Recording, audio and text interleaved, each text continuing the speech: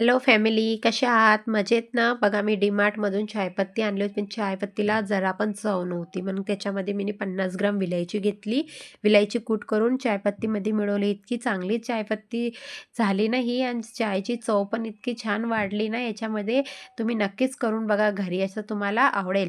आणि रातचा भात होता, त्याला मी फ्राय केले रातच्या भाताला आणि मुळीची भाजी बनवलेली आहे. आणि सकाळची घाई म्हणजे खूपच मोठी घाई असते. त्याच्यामध्ये मी काय करू, फटाफट म्हटलं स्वयंपाक करायचं म्हटलं तरी होतच नाही. अंघोळ वगैरे करूनच किचनमध्ये घुसत असते मी. बिगर अंघोळीची कधीच नसते येत किचनमध्ये. कारण की माझे पप्पा म्हणतात की बेटा, स्वयंपाक वगैरे करायचं ना तर अंघोळ वगैरे करूनच करायचं, तसं किचनमध्ये घुसायचंच नाही.